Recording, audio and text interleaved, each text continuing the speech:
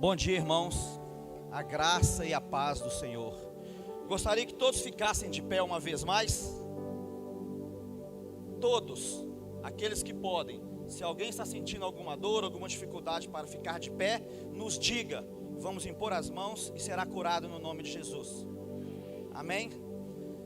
Estica seu braço o máximo possível.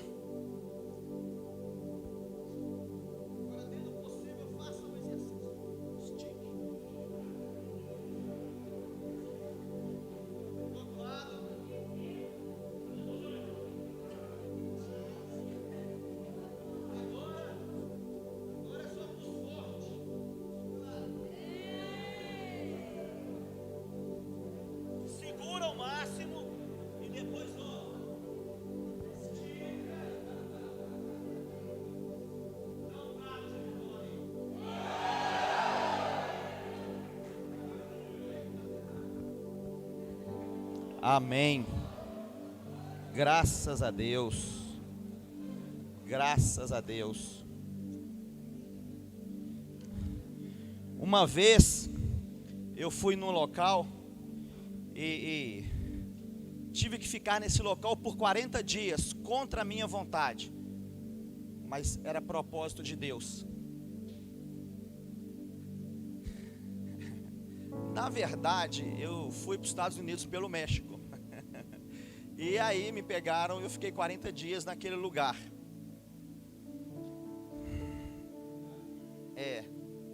Fiquei 40 dias naquele lugar. E isso eu estiquei assim e me veio à memória. Eu nem tinha tentado o visto, porque minha mãe teve um problema, eles recusaram o visto dela, voltou, e ela fez algumas dívidas em dólar. E aí eu, como filho, né, ela voltou porque meu pai faleceu e ela fez dívidas, então ela teve que regressar e eu fui para conseguir angariar um dinheiro para pagar as dívidas dela. Mas eu fui preso. Eu achei que lá seria ruim, mas o propósito do Senhor começou lá. Mas aí lembrando, porque esticamos de um homem, um iugoslavo, hoje nem mais existe a Iugoslávia, né? O cara tinha mais ou menos 1,90 m. Ele era doido. Esse cara acordava, era umas 5 e pouco da manhã. Eu estou falando que é verdade. Mesmo eu vendo, eu não acreditava. Eu achava que era mentira, mesmo vendo. Ele estava na cama, de repente ele levantava e ficava só pelo pescoço. Imagina um homem de 1,90 m e poucos, brancão, cabeça pelada assim, ó. Magrelão, esticava as pernas todas, voltava para um lado, voltava para o outro. Eu ficava uns 10 minutos fazendo uns exercícios que você fala assim, mentira. É mentira esse exercício. E quando eu estiquei assim, eu me lembrei dele. E aí, ele falava em espanhol, aprendeu, né? Eu também em portunhol. E ele falava que aquilo ali era a principal atividade de todo o dia dele. Faça exercício, irmãos. Faça exercício. O seu corpo é templo do Senhor. Faça exercício. Eu não me lembro a idade dele, mas eu lembro que era avançada. Mas ele demonstrava para quem o via saúde. Ele era bom no basquete. Me chamou para jogar basquete. Não, eu vou no futebol. E no futebol eu não era o pior. Brasileiro, né? Todo mundo acha que todo brasileiro é bom de futebol e bom de samba. Mas amém. Irmãos, eu quero nesta manhã, com a permissão de Deus, falar sobre libertação. Mas libertação com propósito. Muitas pessoas buscam ser libertas, mas de quê, por quê e para quê? Há um propósito para todas as coisas. Você não veio aqui porque queria dar uma saída da sua cidade, ou porque simplesmente queria respirar outros ares. Há um propósito. E esses dias têm demonstrado que o propósito do Senhor tem se cumprido.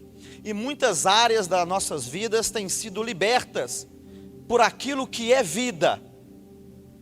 E o Cristo falou em João 14,6, que Ele era o caminho, a verdade e a vida. Então, para que o propósito se cumpra em nossas vidas, e para que haja uma libertação genuína e verdadeira, nós temos que viver uma vida nova. E essa vida nova, ela só acontece nas nossas vidas através de Jesus Cristo e as experiências que temos com Ele. A nossa vida é contada no altar de Deus, porque o que é contado vale por toda uma eternidade. Existem poucas verdades nesta vida, a eternidade é uma delas. Indiferente que venhamos a acontecer, acreditar ou viver, ela há de vir para todos nós. E o tempo que estamos aqui é para sermos libertos e transformados, para que a nossa eternidade, ela venha se cumprir num propósito maior, que é vivê-la em Cristo Jesus. E alguns homens passaram por processos de libertação com propósitos. E vamos falar um pouco sobre isso. Aquele que tem uma Bíblia de papel ou uma Bíblia no celular, agora é assim, né? Ou no celular, vamos abrir em Êxodo, capítulo 2.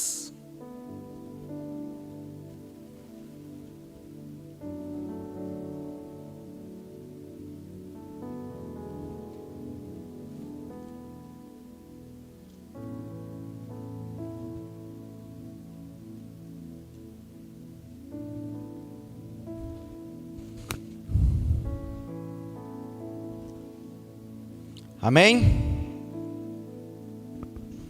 Êxodo capítulo 2, nós vamos ler do versículo 1 ao versículo 15, que diz assim a palavra do Senhor: Foi-se um homem da casa de Levi, casou com uma descendente de Levi, e a mulher concebeu e deu à luz a um filho, e vendo que era formoso, escondeu-o por 3 meses. Não podendo, porém, escondê-lo por mais tempo, tomou um cesto de junco, calafetou-o com betume e piche, e pondo nele o menino, largou-o no carriçal à beira do rio. A irmã do menino ficou de longe para observar o que lhe havia de suceder. Desceu a filha do faraó para se banhar no rio, e as suas donzelas passeavam pela beira do rio. Vendo ela o cesto no carriçal, enviou a sua criada e o tomou. Abrindo, viu a criança, e eis que o menino chorava. Teve compaixão dele e disse: Este é menino dos hebreus. Então disse sua filha, sua irmã, a filha de Faraó: Queres que eu vá chamar uma das hebreias, que sirva de ama e te crie a criança? Respondeu-lhe a filha de Faraó: Vai. Saiu, pois, a moça e chamou a mãe do menino. Então lhe disse a filha de Faraó: Leva este menino e cria-o, pagar-te-ei o teu salário. A mulher tomou o menino e o criou. Sendo o menino já grande, ela o trouxe à filha do Faraó. Esta lhe chamou Moisés e disse: Porque das águas o tirei. Naqueles dias, sendo Moisés já homem, saiu a seus irmãos e viu os seus labores penosos. E viu que certo egípcio espancava um hebreu, um do seu povo. Olhou de um lado e de outro, e vendo que não havia ali ninguém, matou o egípcio e o escondeu na areia. Saindo no dia seguinte, e eis que 2 hebreus estavam brigando. E disse ao culpado: Por que espancas o teu próximo? O qual respondeu: Quem te pôs príncipe e juiz sobre nós? Pensas matar-me como matastes o egípcio? Temeu, pois, Moisés e disse: Com certeza o descobriram. Informado deste caso, procurou o Faraó matar a Moisés. Porém, Moisés fugiu da presença do Faraó e se deteve na terra de Midian e assentou-se junto ao poço. Amém.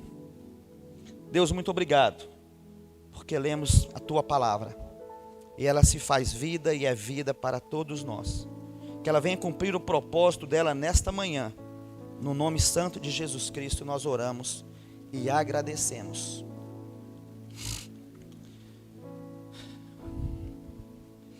Moisés começou a sua vida de forma diferente da maioria de que muito é. Ele nasceu em um contexto e quase que imediatamente ele foi retirado daquele contexto para viver um outro contexto. Ele estava em um ambiente, foi retirado ainda criança para viver num ambiente, voltou e depois retornou para aquele ambiente.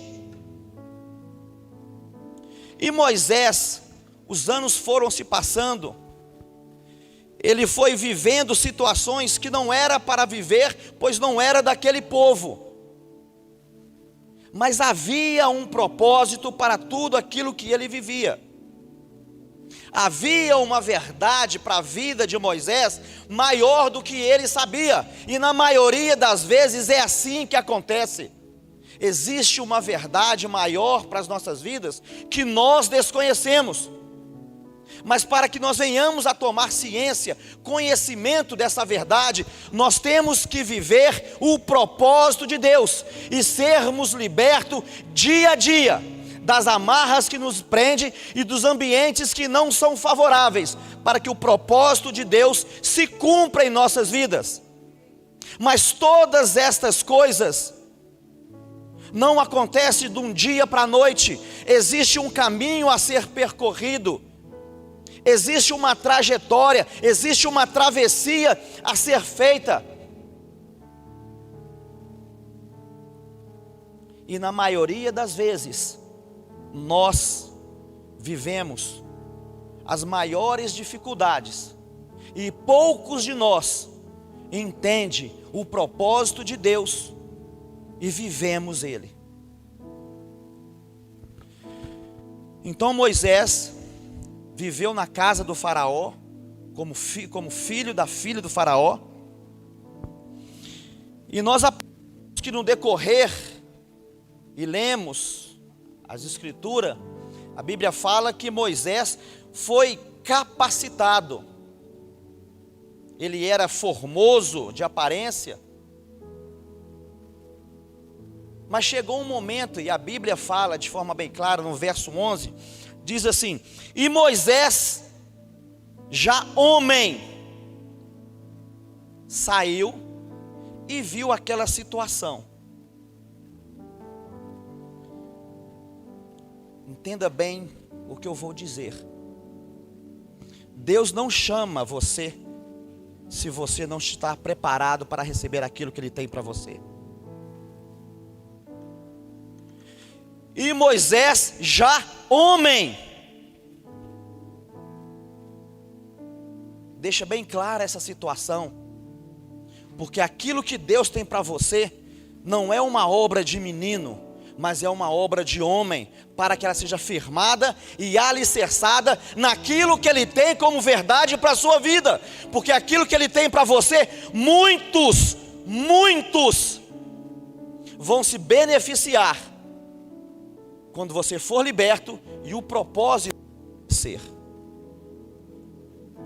Mas há um caminho a ser percorrido. E Moisés viu aquela situação do egípcio lá cortando o seu povo, os hebreus. Ele olhou para um lado, olhou para o outro. Ele acho que tinha que olhar para cima, né? Os céus estavam de olho nele. E ele foi, matou o cara. Achou que estava tudo de boa, né? Tipo assim, pecadinho aqui, ninguém viu mesmo. Cuidado com isso. Ninguém viu mesmo, ninguém está sabendo. No outro dia ele foi lá, então percebeu que aquilo que ele tinha feito de errado, outros já sabiam. Muitas pessoas têm remorso e acham que é arrependimento. Não confunda, tá? Não confunda. Moisés foi descoberto, o que ele fez? Vazou. O faraó descobriu, cadê ele? Vou matar. Vazou. E Moisés, ainda que vivia como filho da filha do faraó, ele vivia num contexto que não era o seu contexto de vida. O ambiente que ele vivia não era um ambiente que ali ele viria viver a glória de Deus, mas havia um propósito. Talvez você pense assim, mas Deus, por quê? A pergunta certa não é por quê, e sim para quê? Para quê?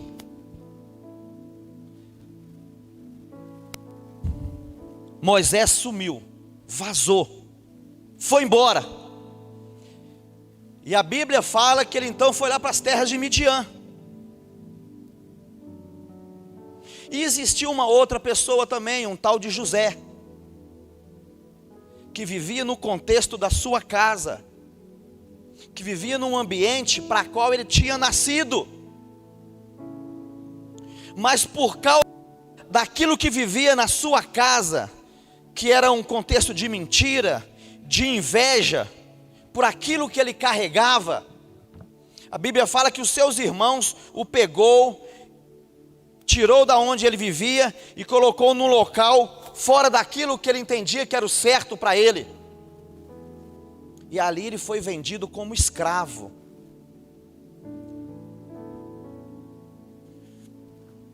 Não se preocupe em querer entender,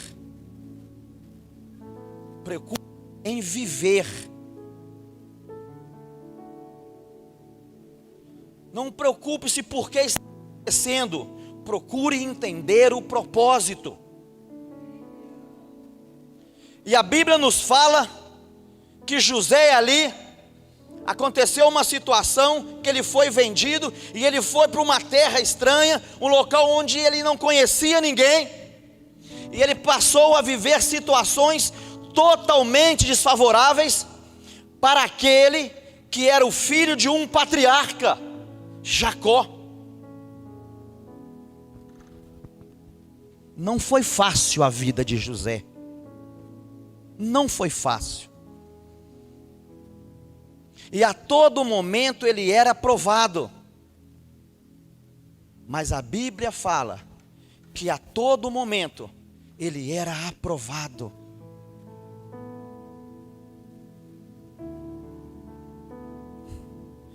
A Bíblia nos fala sobre certo homem, lá em Juízes capítulo 6, versículo 11 até o 16, sobre Gideão.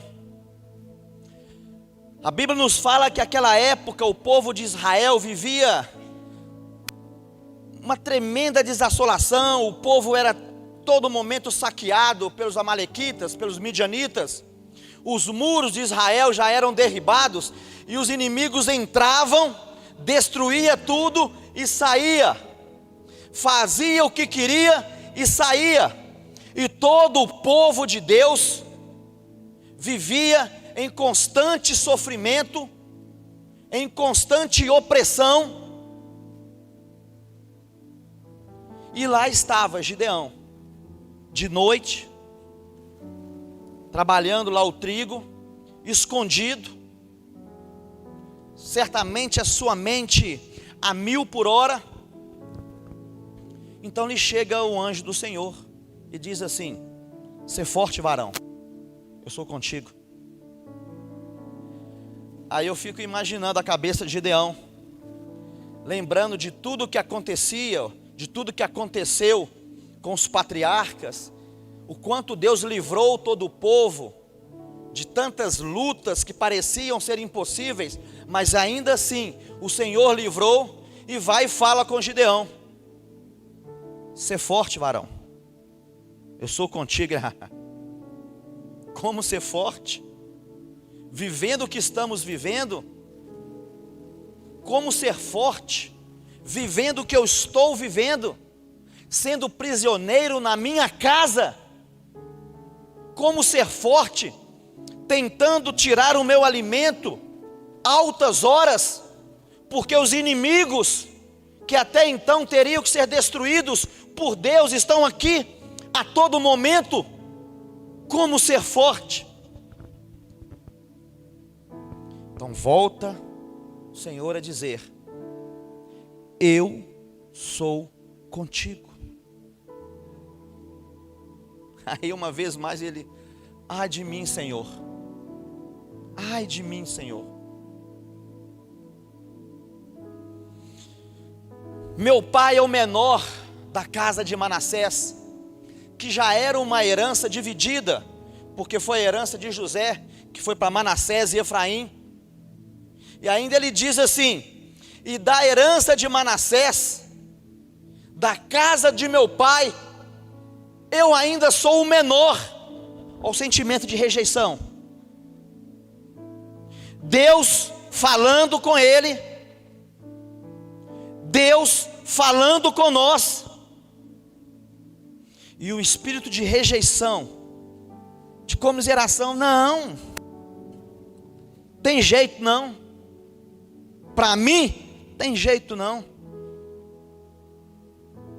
Da casa de Manassés meu pai é o menor, da casa de meu pai eu sou o menor, como é que eu vou ser valente? Eu sou contigo. Eu sou contigo. O contexto era totalmente desfavorável. Era um contexto de morte. Era um contexto de opressão. Assim era com Moisés, assim era com José, assim foi com Abraão. Guardadas as proporções, o contexto era exatamente o mesmo. A Bíblia nos fala lá em Efésios 6, versículo 13, que o dia mau virá. A Bíblia não fala que, se ele vir, a Bíblia diz que ele virá. Então nós temos que estar preparados para o dia mau, porque ele certamente virá. Então não é se ele virá, mas é como vamos passar por ele.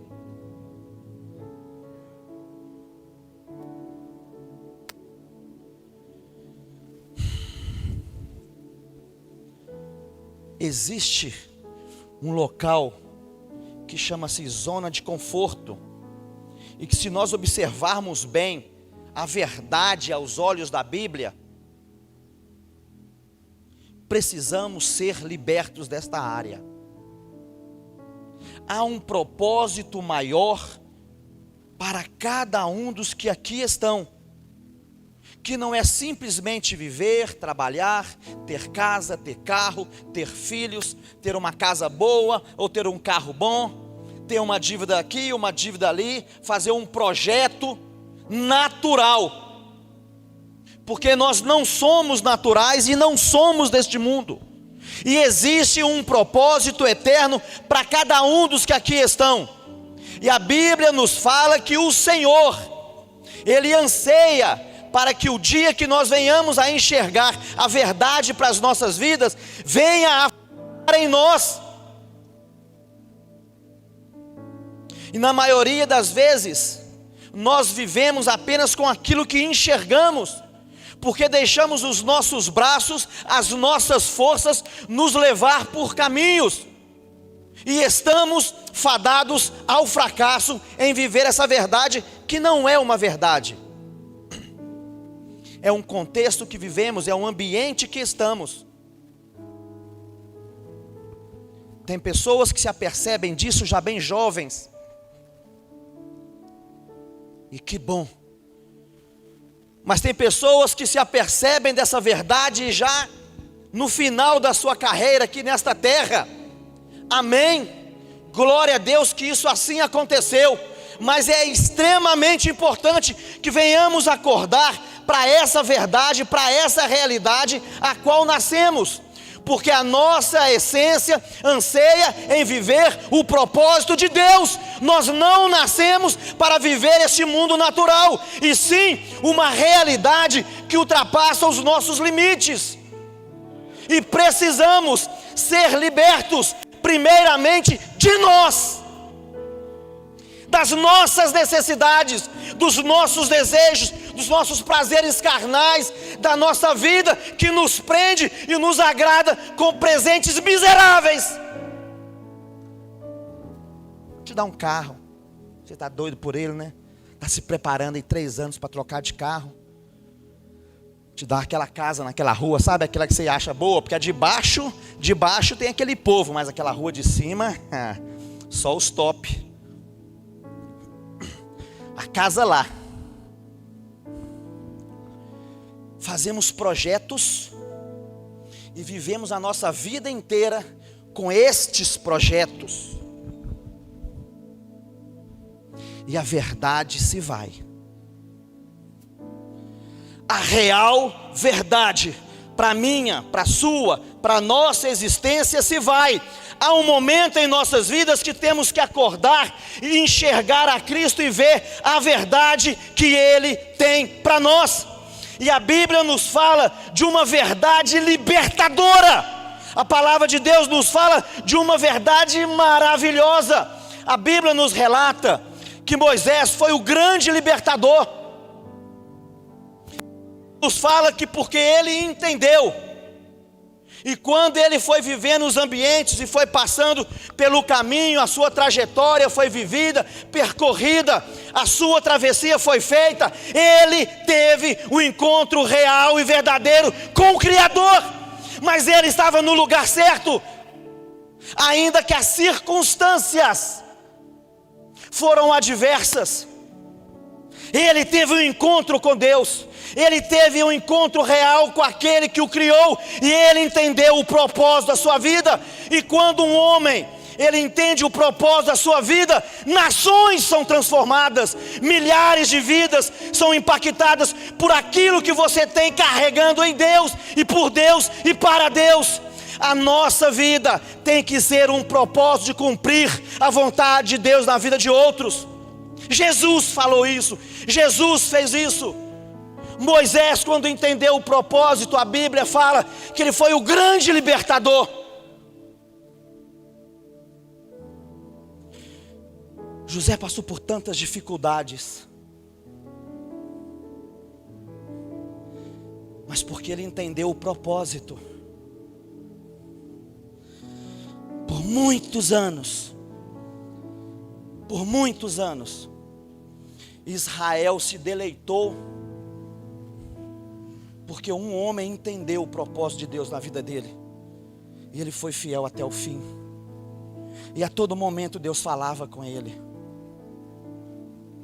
Ainda que o mundo fale assim, pode sair alguma coisa boa de Anchieta, de Friburgo, de Vila Velha, da Bahia, de Neves. Eu sou capixaba, viu, irmãos? Espírito Santo. De Ecoporanga. Depois da plaquinha fim, você anda 3 dias. É mais ou menos isso. Mas Deus me alcançou, e não foi fácil. Eu me esquivei, eu corri, e corri muito. Pode não parecer, mas eu já fui magrinho. Eu sei que não dá para acreditar, mas eu já fui. Mas quando eu acabei de correr, ele virou para mim e falou assim: vamos ter aquela conversa? O senhor está aqui? E ele me encontrou, e eu encontrei a Jesus. Existe uma passagem lá em Lucas, capítulo 6. Eu quero ler ela.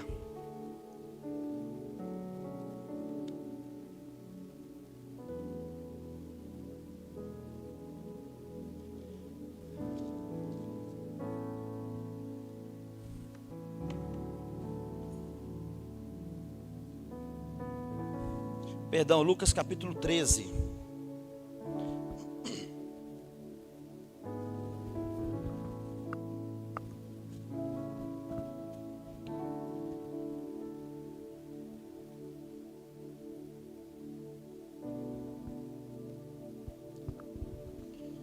Lucas capítulo 13. Nós vamos ler do verso 6 ao verso 9, que diz assim: Então Jesus proferiu a seguinte parábola: certo homem tinha uma figueira plantada na sua vinha, e vindo procurar fruto nela, não achou. Pelo que disse ao viticultor: há 3 anos venho procurar fruto nesta figueira, e não acho. Podes cortá-la. Para que está ela ainda ocupando inutilmente a terra? Ele, porém, respondeu: Senhor, deixa ainda este ano, até que eu escave ao redor dela e lhe ponha mais estrume. Se vier a dar fruto, bem está; se não, mandarás cortá-la. Vamos procurar fazer um pouco a exegese desse texto. Era uma plantação de vinhas, e é muito comum em Israel isso. Mas lá estava a figueira. Muitos podem pensar, ela estava lá. Não. A Bíblia nos relata de forma bem clara. Olha aqui. Então, certo homem tinha uma figueira plantada na sua vinha, e vindo procurar fruto nela. Ela não estava lá por um acaso. A Bíblia fala que ela estava plantada. Só ela, naquele contexto de vinhas. Mas lá estava a figueira. Aparentemente não tinha razão nenhuma para ela estar naquele lugar, mas ela foi plantada. Talvez alguns de nós não estão entendendo o que está acontecendo. Talvez alguns de nós olhem ao redor de nós mas ela estava plantada naquele lugar. O homem não andou por um acaso e descobriu.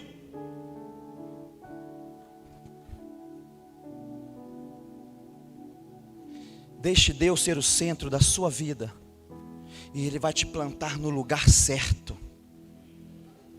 Ainda que aos teus olhos pareça totalmente equivocado aquilo que está acontecendo, você está vivendo o centro da vontade de Deus. Esquece o que seus olhos estão enxergando, esquece a situação que você está vivendo.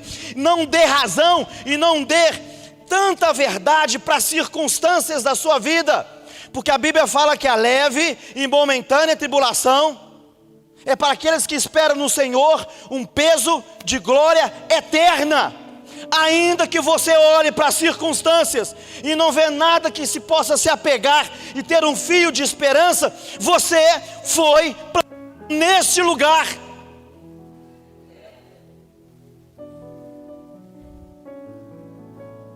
E o verso 7 diz assim, que aquele homem, que aquele senhor, por 3 anos ele ia lá, olhava ela, olhava. Ele tinha expectativa que você desse fruto, que a figueira desse fruto. Deus tem uma grande expectativa em nós. O interessante de uma figueira é que ela nasce em qualquer tipo de terreno. Qualquer terreno que joga lá. Já viu aquelas plantas que você joga assim, de repente nasce lá? Assim era ela. Mas se nós estudarmos, nós vamos aprender, por causa da vinha, a temperatura do local tem que ter uma temperatura bem específica, que gira entre 14 a 30 graus. E aquele local tinha exatamente essa temperatura.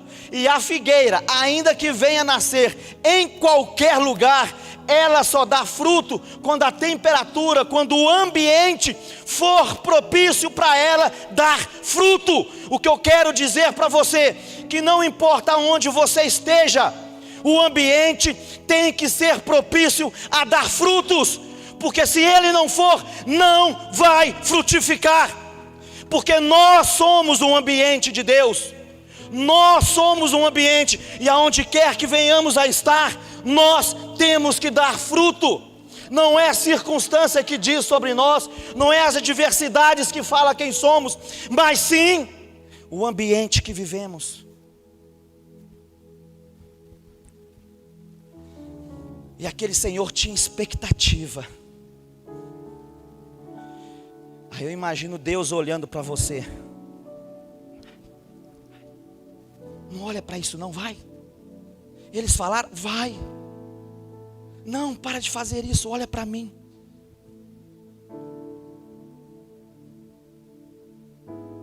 Olha para mim. Eu acredito em você. Olha para mim. Você não está vivendo isso para sofrer. Você está vivendo isso para que se cumpra o meu propósito. Olha para mim.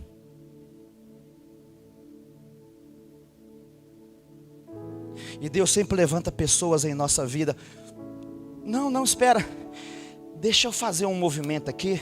Deixa eu cuidar melhor aqui. Deixa eu fazer um carinho. Deixa eu curar essas feridas. Eu acredito que vai dar fruto. Ninguém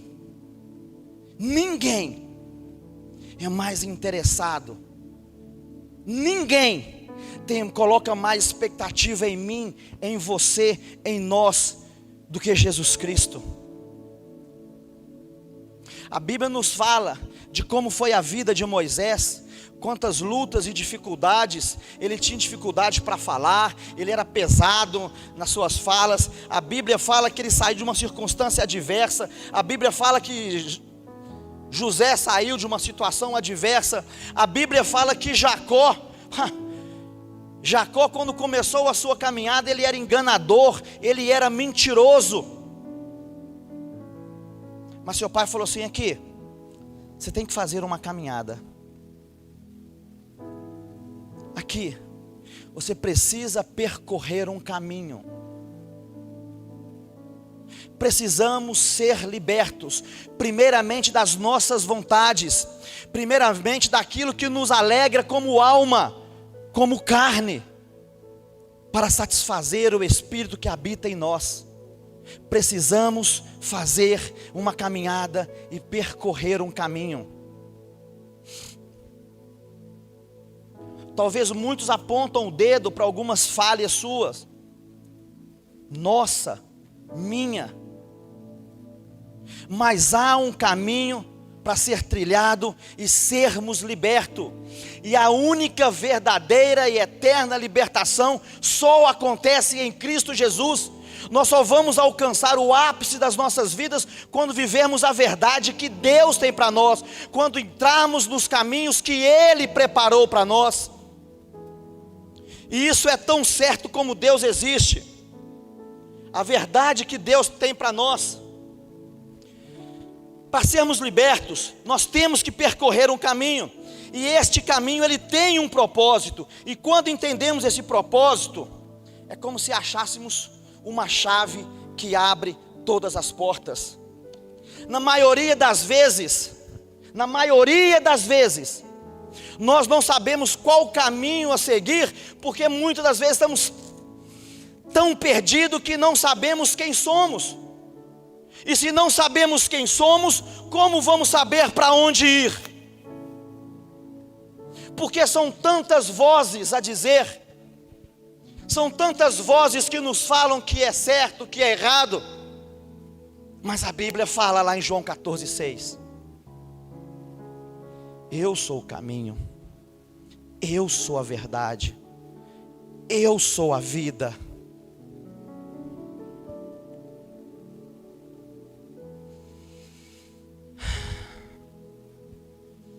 Nós precisamos saber quem somos em Cristo Jesus. É importante que venhamos a servir tudo na igreja, fazer tudo que é necessário. Eis-me aqui, Senhor, eis-me aqui, Senhor, eis-me aqui. Igual o apóstolo, certa feita, ele estava na igreja, aí perguntaram assim: quem está precisando? Estamos precisando de alguém para estar cuidando das mulheres aqui da igreja. Eu vou cuidar das velhinhas. Sempre temos que falar: eis-me aqui, Senhor. Sempre temos que nos colocar à disposição.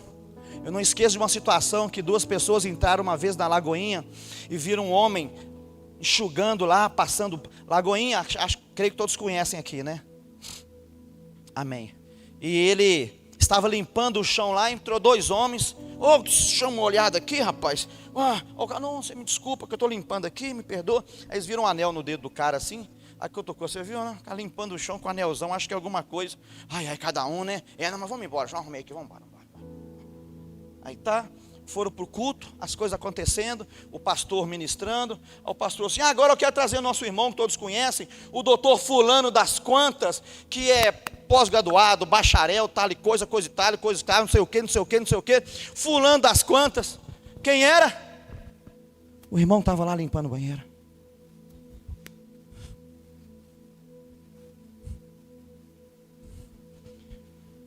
O que a gente aprende com isso? A importância não é o que você faz, mas é qual a motivação que você faz. E para quem você faz? É para agradar você? É para que as pessoas vejam quão inteligente, bacana e bonito, e cantar bem, e pregar bem, para que todos reconheçam em você as suas qualidades? Ou é para que Deus seja exaltado através do seu limpar lá, de você colher as ofertas, de você trazer uma água? A Bíblia nos fala que um dos primeiros mártires, Estevão, que era diácono, e muitos nem dão muito valor na igreja para a diaconia. Verdade, irmãos. Eu fui batizado na igreja quadrangular. E em agosto de 98, com o nascimento do... Em agosto de 98 mesmo, aceitei a Jesus em agosto de 98. É um termo também que eu não gosto, aceitei a Jesus. Quem sou eu? Aceitei a Jesus. Eu conheci a verdade, o plano de salvação, com o nascimento do meu filho. E imediatamente eu fui trabalhar e me chamaram para o diaconato. E depois me chamaram para estar à frente do diaconato. Depois me chamaram para trabalhar como evangelista. Depois fui consagrado evangelista. Depois eu fui para um ponto de pregação. E fiquei um tempão nesse ponto de pregação. E depois então eu fiz o seminário. E depois eu fui consagrado.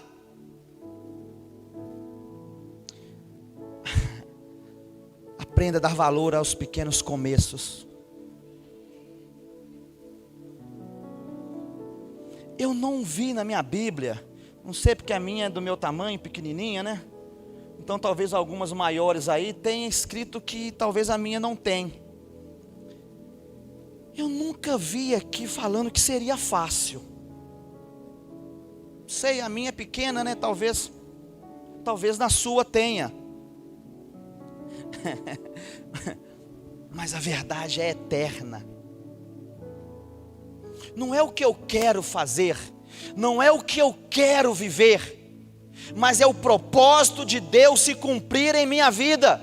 Eu não posso ser o que eu quero ser, se eu vivo para Cristo, e se a verdade do Salmos 23 é para mim, então se Ele é o meu pastor, então Ele é o Senhor da minha vida, então não é o que eu gosto, o que eu quero, e o que eu vou fazer, é o que Ele entende que é melhor, é o que Ele sabe que eu tenho que fazer, é que o propósito dEle se cumpra em minha vida, porque Ele tem que ser o centro da minha vida. O egocentrismo não pode existir na vida de um cristão, e sim o cristocentrismo. Não é a diversidade, não é a dificuldade, mas é o propósito, a motivação verdadeira.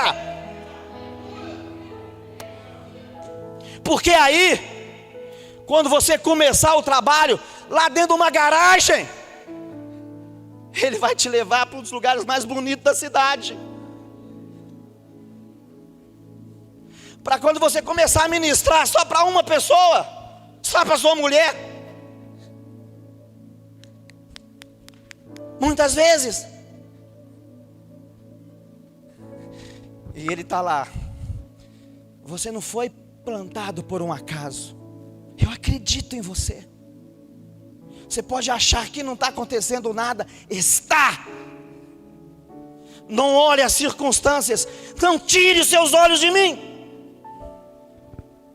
Nós precisamos ser libertos primeiramente de nós. Porque é muito comum nós caminharmos por aquilo que nós vemos. E na maioria das vezes somos fadados ao fracasso. Porque a nossa mente e a nossa visão ela é limitada.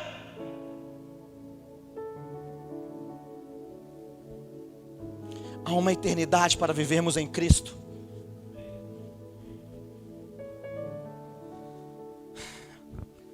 Eu não esqueço de Billy Graham, impossível esquecer, da forma que foi a conversão dele. Era um rapaz que passou por alguns problemas, mas um belo dia, alguém olhou para ele e falou assim: vem cá, rapazinho. E apresentou para ele o plano de salvação. E ele então entendeu e levantou um dia a sua mão e aceitou a Jesus Cristo. E por causa desse ato, por causa que alguém acreditou nele, ainda que o mundo falou assim: vai dar nada, isso aí é filha de fulano, isso é filho do carpinteiro, vai dar nada. Mais de 200.000 almas se converteram a Cristo. Sua vida é tão importante para Jesus. E Ele acredita tanto que você pode, que você é. Mas viva a vontade e a verdade de Deus. Não viva as expectativas que você colocou em você, mas viva as expectativas que Deus depositou em você.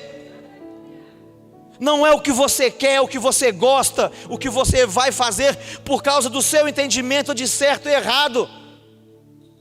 Não é. Não é. Pode não parecer, mas já sou velho. Eu sei que olhando assim, não acreditam. Eu sei disso.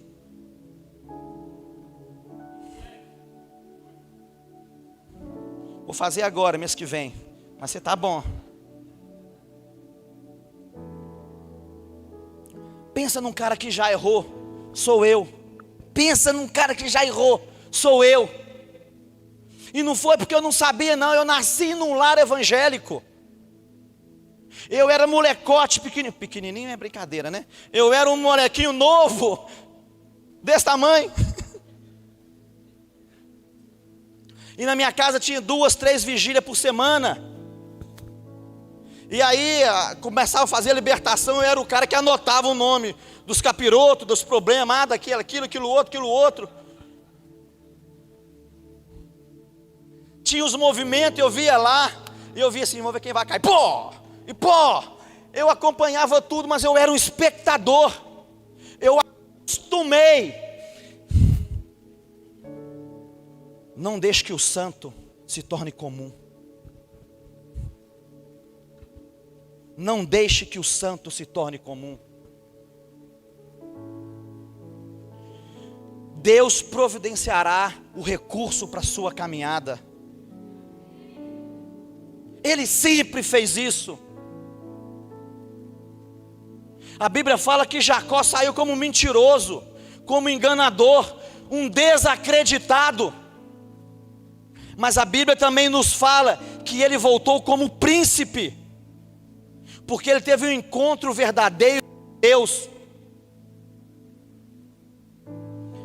Quer ser diferente nesta geração?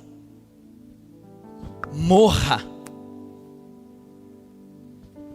Morra.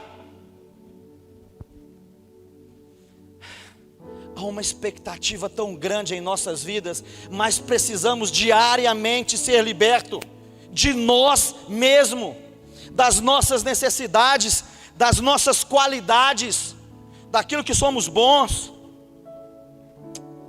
Bom, acorda, rapaz.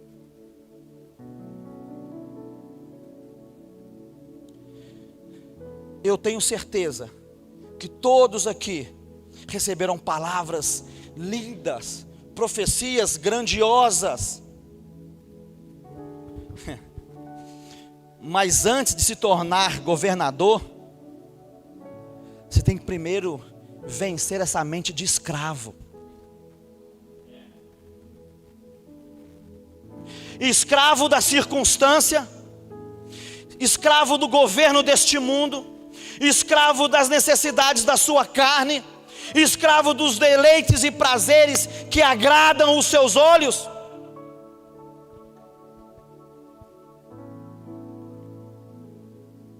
Até quando? Quer ser solto? Ou quer ser livre para servir a Cristo? Quer ser escravo de Cristo?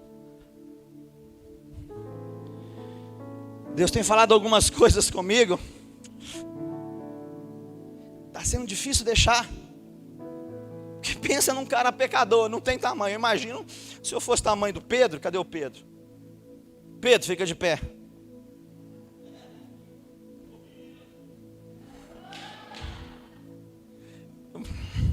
Eu tenho um Pedro que trabalha comigo, 1,94 m. Alguns aqui já viram ele. E está sendo difícil, porque eu sempre acreditei na força dos meus braços. Sempre as pessoas falaram comigo: você é bom nisso, só continua. Eu sou bom mesmo. Não, isso aí você faz como poucos. Esse sou eu. A maioria daquilo que eu me propus a fazer em toda a minha vida, eu fui um fracassado. Porque eu sempre achei que eu iria conseguir. Está errado, irmão. Você não nasceu para viver a necessidade desse mundo. Há algo tão maravilhoso para as nossas vidas. Uma das piores coisas da vida, uma das piores coisas de um homem, é quando ele se propõe a fazer algo que não é a vontade de Deus e aquilo dá certo. Como isso é complicado. É quando te chamam para fazer alguma coisa e você faz e dá certo. Você fala assim: tá vendo? Fui lá e aconteceu. E o inimigo sabe usar isso. Ele sabe levantar sua moral para sermos enganados. Ele tentou até Cristo. Não vai tentar você, ô trouxa, sua boba. E ele sabia quem era Jesus. Ele não vai tentar enganar você.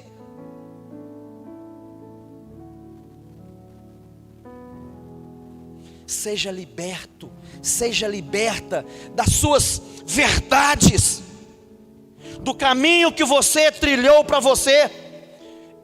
O Senhor é o meu pastor e nada me faltará. O Senhor é o meu pastor e nada me faltará. Eu tenho certeza que todos que aqui estão foram chamados para ser príncipes e sacerdotes, princesas do Senhor. E é uma verdade eterna para todos que estão aqui, de grandes maravilhas no reino.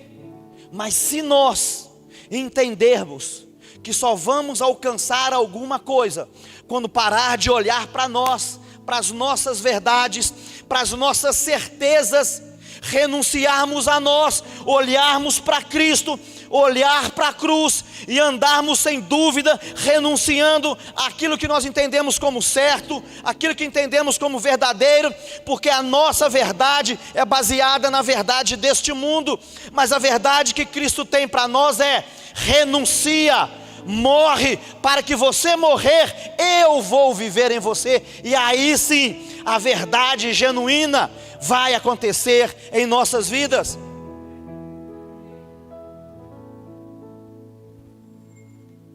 Você não foi plantada onde está por um acaso. Não reclame do que está vivendo, mas viva isso como uma oportunidade de exaltar, glorificar aquele que vive e reina para todo sempre. É simples assim. Ponto. Próximo assunto. O que pode te acontecer? O máximo: morrer. Joinha, então. O pior, cabeção, o pior é o melhor. Você já se aperceberam disso? Esses dias para trás, tem 2 meses, eu estava com uma irmã, serviu a Cristo a vida inteira, seus 80 anos, e ela falando: meu filho, eu estou passando muito mal, estou muito doente, mas ainda vou fazer uma cirurgia assim, porque Deus vai me curar, porque eu sei que eu saí dessa. Eu olhava para ela assim, pensando assim: mas ele morreu até agora, como? Já é um milagre.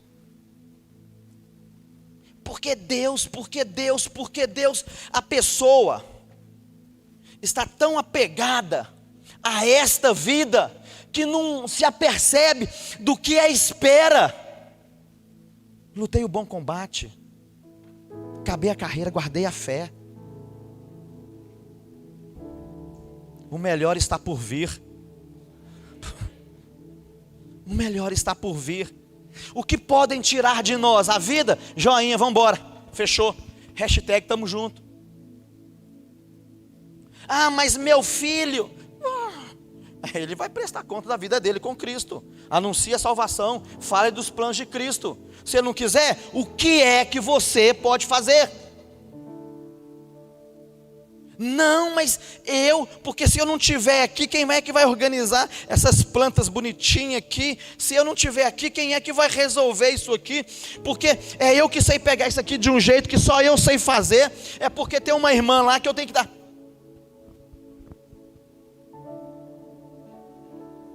Para de viver sua vida, seja liberto de você mesmo. Seja liberto de você mesmo. Abre sua mente, acorda e veja a verdade de Cristo, porque Ele está querendo demais arrombar essa porta que você não deixa Ele abrir, e falar assim: agora sou eu, tira essa cacaiada velha daí, seja liberto pelo meu poder e acima de tudo pelo amor que eu tenho por você. Vão abrir esse quartinho. Tem gente que tem que abrir a vida inteira, a começar de mim.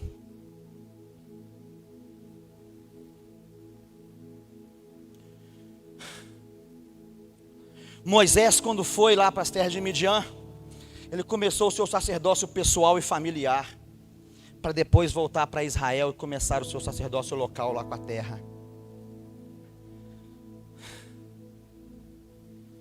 Irmãos, comece com o sacerdócio pessoal. Comece com o sacerdócio pessoal. Comece com o sacerdócio pessoal.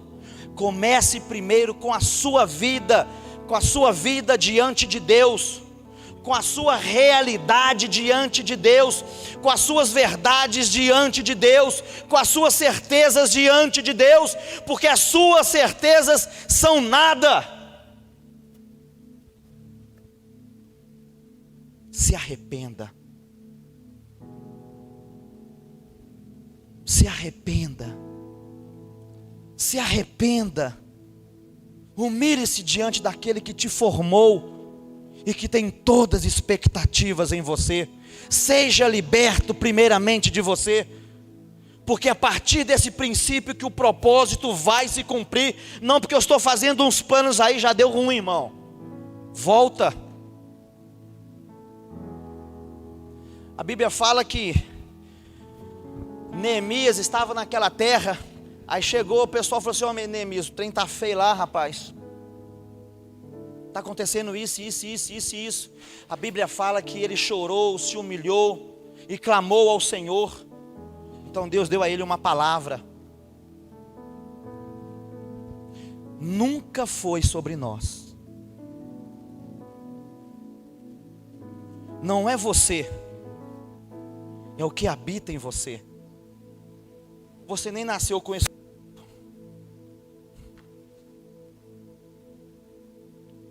No meu caso parou aqui. O Pedro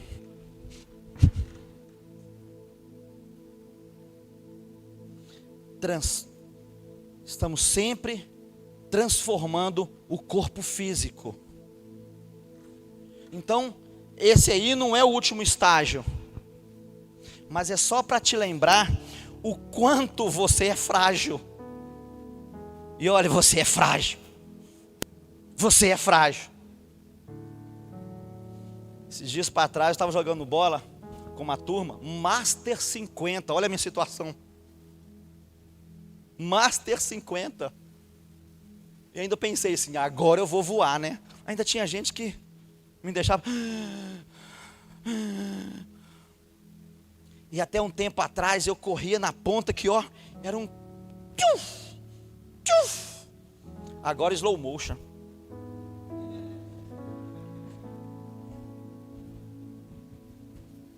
Tudo passa muito rápido, irmãos. Tudo passa muito rápido. Daqui a pouco todos que aqui estão não estarão mais aqui, mas vão estar vivendo uma eternidade. E em determinado momento você vai chegar no trono e Deus vai falar assim: e aí, o que você trouxe? Eu lembro sempre do Elim no encontro. Quem passou por encontro entende o que eu estou falando. Como é que nós vamos nos apresentar diante do Pai?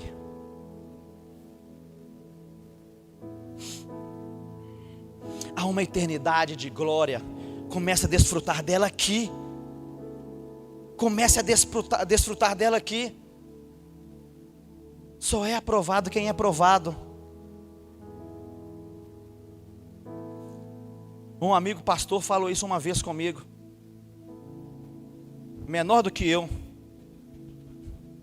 Estava aqui agora. Saiu assim. Um tal de Fábio.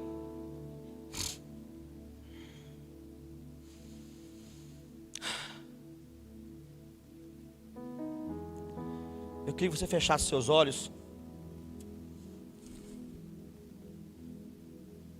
Como está a sua vida? Você está no centro da vontade de Deus?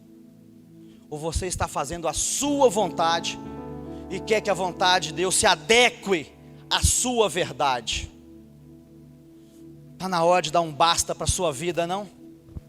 Para as suas vontades, para as suas necessidades, para aquilo que é importante, para a sua razão. Quer viver a Cristo? Perca a razão, dê a razão. Eu não sou, eu quero ser em Cristo. Eu não posso, se Deus permitir.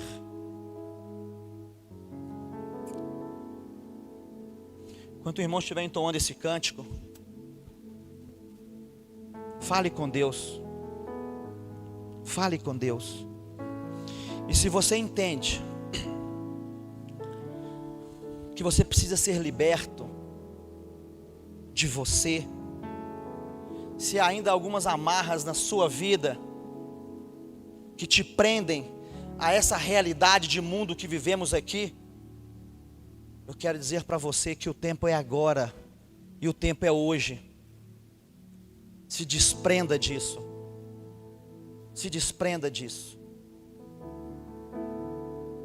Deus te chama para uma vida de eternidade, de propósitos eternos, com Ele, para Ele, porque dele, por Ele, para Ele são todas as coisas. Oh Deus soberano.